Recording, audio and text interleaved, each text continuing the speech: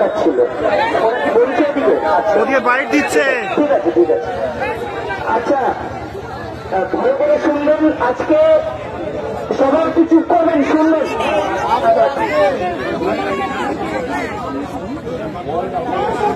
আচ্ছা আপনারা শুনবেন একটু। আজকে আমরা যখন গেলাম, যাওয়ার পরে চিফ সেক্রেটারি স্যার আসলেন, chief secretary sir, principal secretary sir এবং ডিজি স্যার রাজীব বাবু এসছেন, রবিউলদা এসছে, রবিউলদা ডিসি কন্ট্রোল স্যার ছিলেন, রবিউলকে যেতে দাও, এই রবিউলকে যেতে দাও, এবং ভেতরে ঢুকে দাও। সকলে মিলে আমাদের দাবিগুলো তুলে ধরেছিলাম। সকলে মিলে যে মূল দাবিটা আমরা রেখেছিলাম, সেই মূল দাবিটা ছিল আজকে টেন্টেড আনটেন্টেডদের সার্টিফাইড লিস্ট প্রকাশ করতেই হবে। এটা প্রথম দাবি ছিল আমাদের। এবং দ্বিতীয়ত আমরা সকলে মিলে দাবি রেখেছিলাম যে ওএমআর যেগুলো হাইকোর্টের ডিভিশন বেঞ্চ বলেছিল পাবলিশ করতে, সেগুলো যেন পাবলিশ করা হয়, তার ভিত্তিতে রিপ্যানেলের দাবি আমরা রেখেছি। এবং তৃতীয়ত একদম অকপটে আমরা এরকম ভাবেই বলেছি যে যে রাজ্য সরকারের দুর্নীতির জন্য আজকে আমাদের চাকরি গেছে, সেই রাজ্য সরকারকে যে কোনো মূল্যে আমাদেরকে পুনর্বহাল করাতে হবে এবং সেটা রিভিউয়ের মাধ্যমে।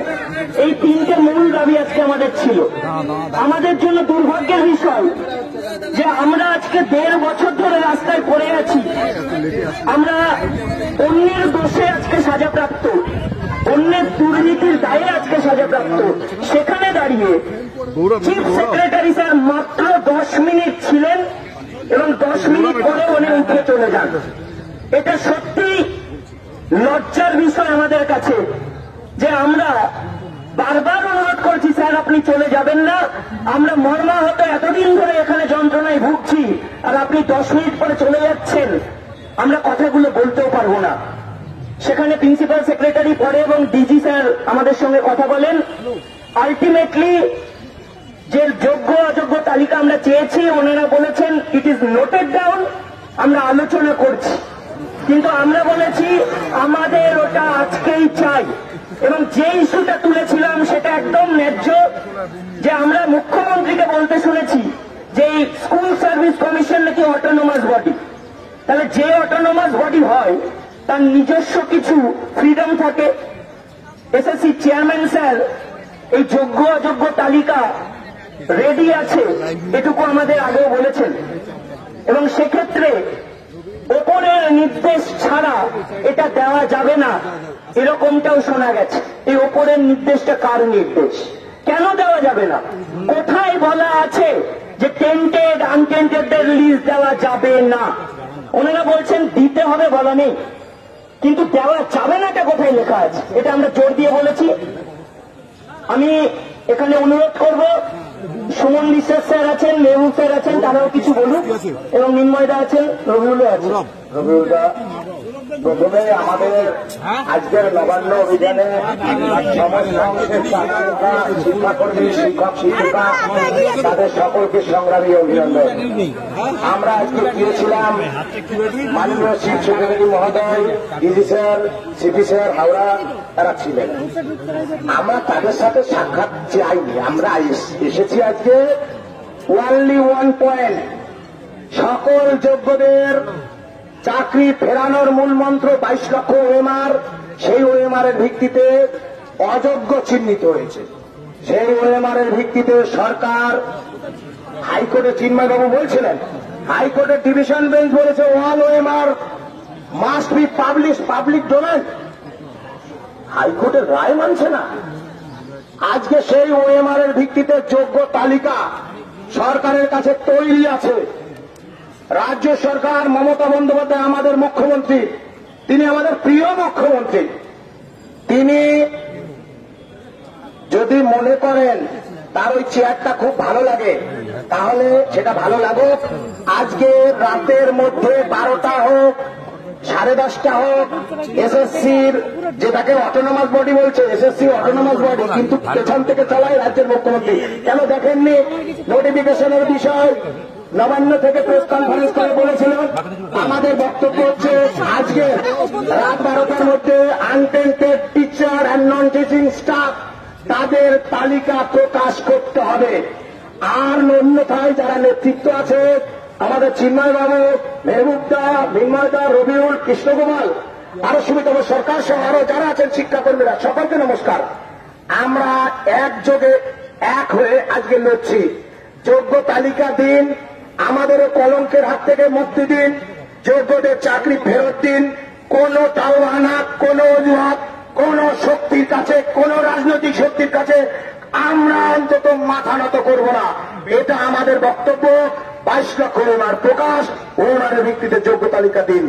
আর মাঝখানে ডান দিকে বাদিকে কোন সেন্টেন্স নেই। পরীক্ষা 10 বছর পর মানছি না, মানব না, একটা লাইনও বলবো না পরীক্ষা নিয়ে। এইটুকুই বলার। মাননীয় মুখ্যমন্ত্রী, আমাদের যোগ্য তালিকা দিন। এই জায়গা আমরা ছাড়ছি না, ছাড়বে না। পরীক্ষা মানছি না, মানব না। মেহবুব ভাই,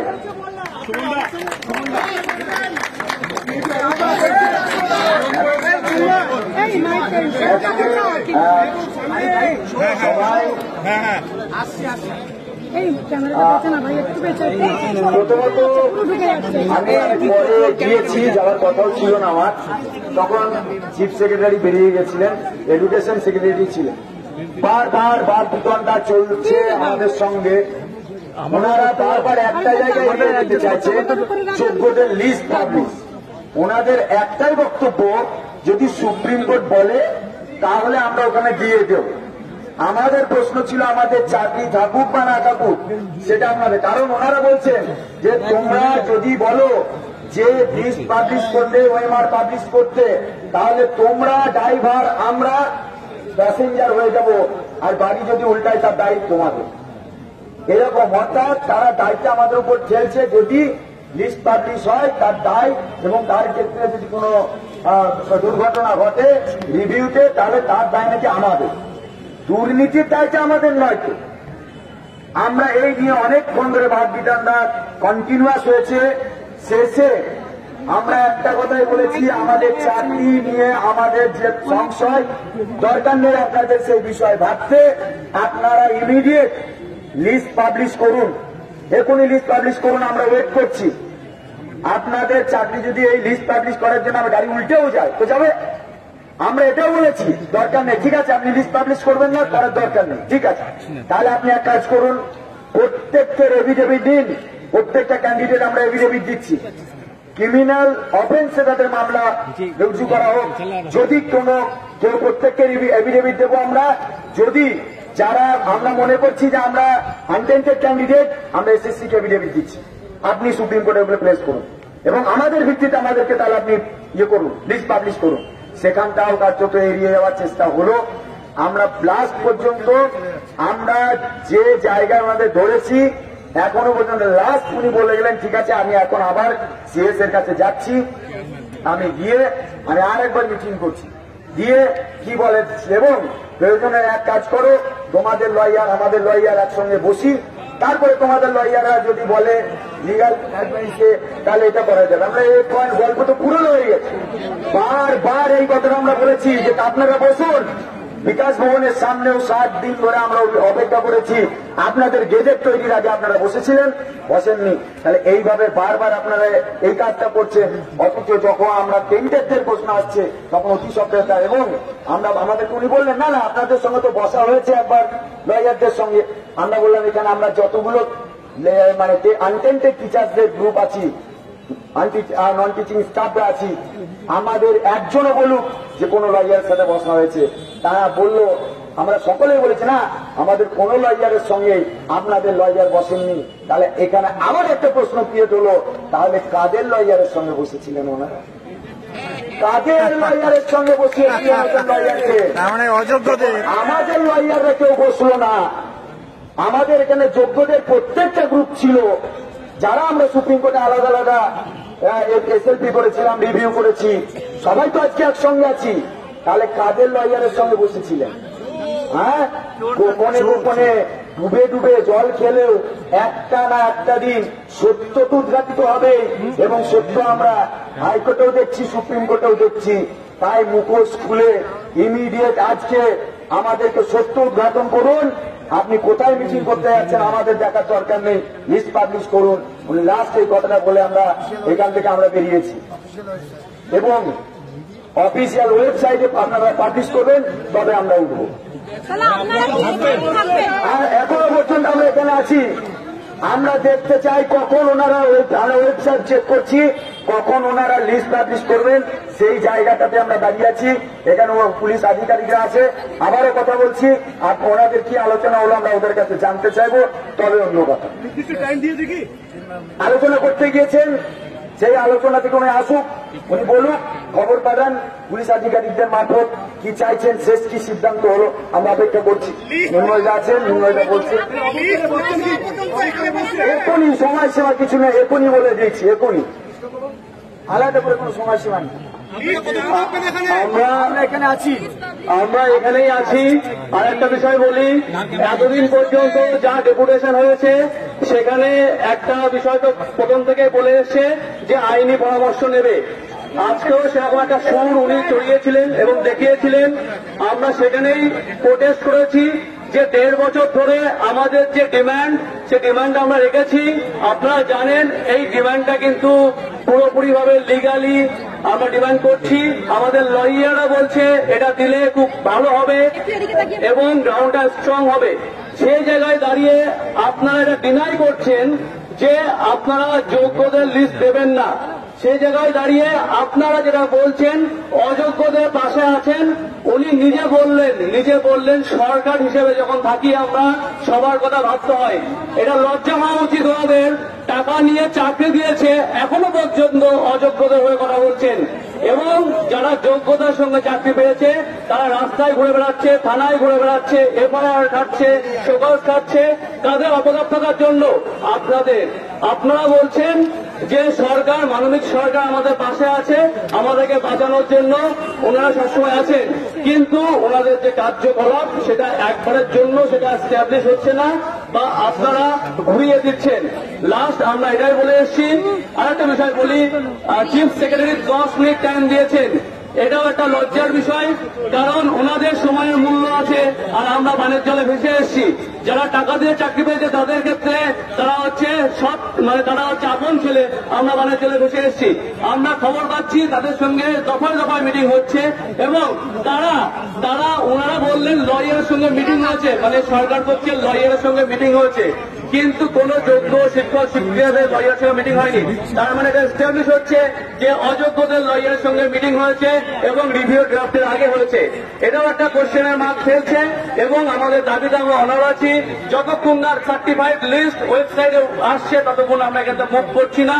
তার পাশাপাশি এটাও বলে রাখি, এই যে অযোগ্য যোগ্য ব্যাপারটা যেটা আসছে সেটা ওনারা সকলেই জানেন, কিন্তু জেনেও না বোঝার যে ভানটা করছেন সেটাও কিন্তু ওনাদের মুখের সামনে তুলে ধরেছি।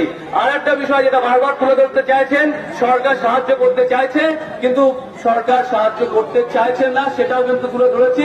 কারণ আমরা দেখেছি তাদের যে অ্যাক্টিভিটিগুলো একটাও আমাদের যোগ্যদের বাঁচানোর জন্য নয়, সেটা আমরা জোরালো দাবি রেখে এসেছি।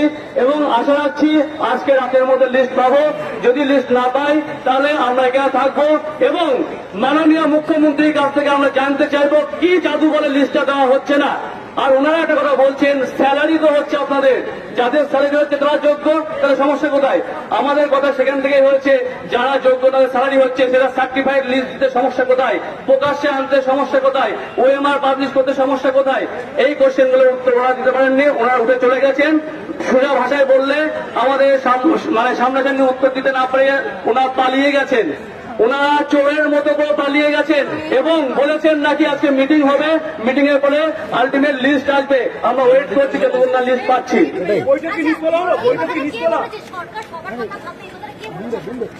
চিফ সেক্রেটারি উনি বলেছেন সরকার আপনারা আপনার জায়গা থেকে বলছেন, কিন্তু সরকারি জায়গা থেকে এটা আমাদের ভাবতে হয়, সবার কথাই ভাবতে হয়। এটা আগের দিন আমরা দেখেছি নোটিফিকেশনটা যখন সিএম বলছিলেন, মাননীয় সিএম যখন নোটিফিকেশনের বিষয়ে বলছিলেন, তখন উনি বলেছেন অযোগ্যদের ও এই ডিপার্টমেন্টে না করলে অন্য ডিপার্টমেন্টে ওনার ব্যবস্থা করবেন, কিন্তু এই জায়গার ক্ষেত্রে কিন্তু এটা করা হচ্ছে না এবং উনি বলছেন সরকার সবার জন্যই দেখবে। এই একটা আরেকটা বার্তা যেটা আমাদের ভীষণভাবে খারাপ লাগছে, প্রথম থেকেই সরকার কিন্তু অযোগ্যদের বাঁচানোর চেষ্টা করছে। মৃন্ময় মণ্ডল।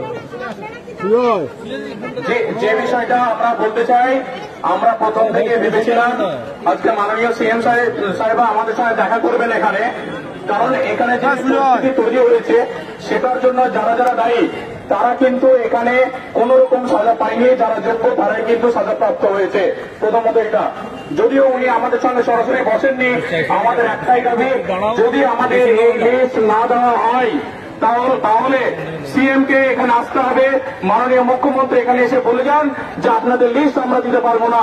কারণ আজকের আলোচনায় এটা আমাদের কাছে স্পষ্ট হয়ে গেছে যে ওনারা এখনো টেন্টেডদের পক্ষে রয়েছেন, টেন্টেডদের জন্য চিন্তা ভাবনা করে যাচ্ছেন। আমরা প্রশ্ন তুলেছিলাম যে আপনারা হাইকোর্টে এখনো কেন টেন্টেডদের জন্য শুধু আর্গুমেন্ট করে যাচ্ছেন, কেন যোগ্যদের জন্য কোনো সওয়াল আপনারা করছেন না, এর কোনো সদুত্তর কিন্তু আমরা পাইনি। বরঞ্চ আমরা এটা পেয়েছি যে ওনারা বলেছেন যেহেতু সরকার চলছে আপনারা আপনাদের মতো বলতে পারেন, কিন্তু সরকার সবার কথা ভাববে। এমনকি এই বিষয়টা ওখানে উঠে এসেছিল যে আপনাদের লয়ার তো আমাদের লয়ারের সঙ্গে কথা বলেছিল সুপ্রিম কোর্টে। কোন লয়ারের সঙ্গে কথা বলেছিল আমরা জানতে চেয়েছি। উনি বারবার বলেছেন যে আপনাদের মধ্যেকার লয়ারের সঙ্গে কথা বলেছে, কিন্তু আমরা আমাদের তরফ থেকে এইরকম কোন আলোচনা সুপ্রিম কোর্টে দেখিনি। যখন ওনাকে বলা হয় উনি সেই রাস্তা অন্যদিকে ঘুরিয়ে দেন, তার কারণ আমরা তখন ক্লিয়ার হয়ে গেছি যে কোন লয়ারের সঙ্গে সরকারের লয়ার বসেছিল, সেটা টেন্টেডদের লয়ারের সঙ্গে বসেছিল। সেখানে কি কোনো সেটিং হচ্ছে না কি হচ্ছে আমরা জানতে চাই না। টেন্টেডরা কোথায় যাবে না যাবে আমরা জানি না, কিন্তু যারা যোগ্যতার বলে মেধার বলে চাকরি পেয়েছে তাদের চাকরি ফিরিয়ে দেওয়ার ব্যবস্থা মাননীয় মুখ্যমন্ত্রীকে করতে হবে, এসএসসি কে করতে হবে। এর বাইরে আমরা কোনো কিছু শুনতে রাজি নই। অবিলম্বে আজকে রাত 12টার আগে আজকের মধ্যে এই লিস্ট যেন ওয়েবসাইটে পাবলিশ করা হয়, সেই সঙ্গে যারা টেন্টেড তাদের টার্মিনেশনের নোটিশ যেন আমরা এই ওয়েবসাইটে দেখতে পাই এবং তাদের লিস্ট যেন দেখতে পাই, এই দাবি আমরা করে এসেছি। ওনারা বলেছেন যে আমরা আলোচনা করে দেখছি এবং আমরা তার ব্যবস্থা করব। জানি না কি করবেন, যদি ওনারা না দেন আমরা এখান থেকে উঠবো না, আমরা আমাদের অবস্থান এখানে চালিয়ে যাব। যতক্ষণ না লিস্ট না পাচ্ছি আমরা কখনোই এই জায়গা থেকে সরব না।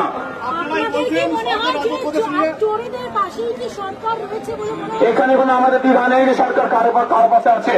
স্পষ্ট গত যে হাইকোর্টে আমাদের আর্গুমেন্ট হয়েছে সেখানে আমরা দেখেছি যে এসএসসির যে লয়ার ছিল সে কিন্তু চোরেদের হয়ে সওয়াল করেছে, তাদেরকে কিভাবে পরীক্ষায় বসানো যায় সেই ব্যাপারেই কথা বলেছেন। সুতরাং এই বিষয়ে একদম আমাদের কাছে স্পষ্ট ধারণা রয়েছে, সরকার তাদের পক্ষে রয়েছে। আচ্ছা, আপনারা বলছেন যে দেখুন, আজকে আমরা যে আলোচনায় গিয়েছিলাম সেই আলোচনার ফলাফল হচ্ছে আমরা একটা বিষয় ভালো মতো জানি যে ডিসকাশন কিন্তু কখনোই আমাদের সমাধান করতে পারে না। উনাদের ইন্টারনাল মোটিভ কি সেটা আমরা বারবার দেখতে পাচ্ছি। আমরা হাইকোর্টেও দেখেছি, তার আগেও দেখেছি। দেখুন, আমরা নিয়োগ পেয়েছিলাম 2018 শেষে এবং 2019 শুরুতে। তখন তো আমরা কোনো টেন্টেড বা আনটেন্টেড লিস্ট চাইনি। আমরা কি জানতাম না যে টাকার বিনিময়ে চাকরি বিক্রি হচ্ছে?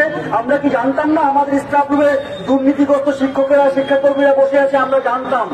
তারা আমাদের শত্রু নয়, কিন্তু আমরা যখন দেখলাম যে আনটেন্টেডরা শুধুমাত্র দুর্নীতির কারণে এই টেন্টেডদের জন্য চাকরি খুলে দিল এবং এই লিস্ট আসলে আমরা চাকরিটা ফেরত পেতে পারি, সেই 22 এপ্রিল 2024 থেকে প্রায় 1.5 বছর হতে চললো আমরা এই তালিকা চাইছি। হাজারবার আমরা সেখানে ডেপুটেশন কপি করেছি, আমরা আলোচনা করেছি, কিন্তু প্রত্যেকবার তারা একটাই চেষ্টা করেন আমাদের কিভাবে ডাইভার্ট করা যায়। আমরা তালিকা পাইনি। আমি যদি ভীষণ শর্ট করে বলি, সুপ্রিম রায় যেটা দেওয়া হয়েছে পরীক্ষা নিতে হবে, যার জন্য এরা আয়োজন শুরু করেছে, সেই সুপ্রিম রায় যারা টেন্টেড তাদের কিন্তু টার্মিনেশনের কথাও বলা আছে। আমি টাকার কথা যাচ্ছি না, কিন্তু টার্মিনেশন করতে হবে। দ্বিতীয়ত, আজকের মধ্যেই এই untainted certified list, not specifically found to be tainted, সেটা কিন্তু নয়, সার্টিফাইড আনটেন্টেড লিস্ট এই এসএসসি কে দিতে হবে এবং 12টার মধ্যেই দিতে হবে। যদি না দেয় তাহলে সেটা কেন দেওয়া যাচ্ছে না, কোনো আধিকারিকের সঙ্গে আমরা আর বসবো না, মাননীয় মুখ্যমন্ত্রীকে এসে বলতে হবে যে কেন দেওয়া যাচ্ছে না। তারা বারবার একটা কথা বলছেন যে এই লিস্ট দিলে তোমাদের সুবিধা কি, সেটা আমরা দেখে নেব আমাদের সুবিধা কি কি নয়, কিন্তু তারা লিস্ট দিচ্ছেন না কেন সেটা ওদেরকে পরিষ্কার জানাতে হবে। চোরেদের পাশেই রয়েছে এই সরকার, আপনারাই বলছেন, তাহলে আজকে রাত 12টার মধ্যে আপনারা যে বলছেন যে লিস্ট প্রকাশ করতে হবে সরকারকে, আশাবাদী যে আজকে রাতের মধ্যে সেই লিস্ট প্রকাশ করবে আপনাদের সাথে? দেখুন, এটা আমাদের দাবি, আশা আমরা আপাতত রাখছি। যদি সেই দাবিটা পূরণ না হয় আমরা পরবর্তী কর্মসূচি আমরা জানিয়ে দেব। লিস্টের দাবিতে আজকে রাত দখল করবেন আপনারা? হ্যাঁ, অবশ্যই, শুধু আজকে না, আমরা লিস্ট আজকের মধ্যে আসলে সেই লিস্ট নিয়ে আমরা বাড়ি ফিরবো।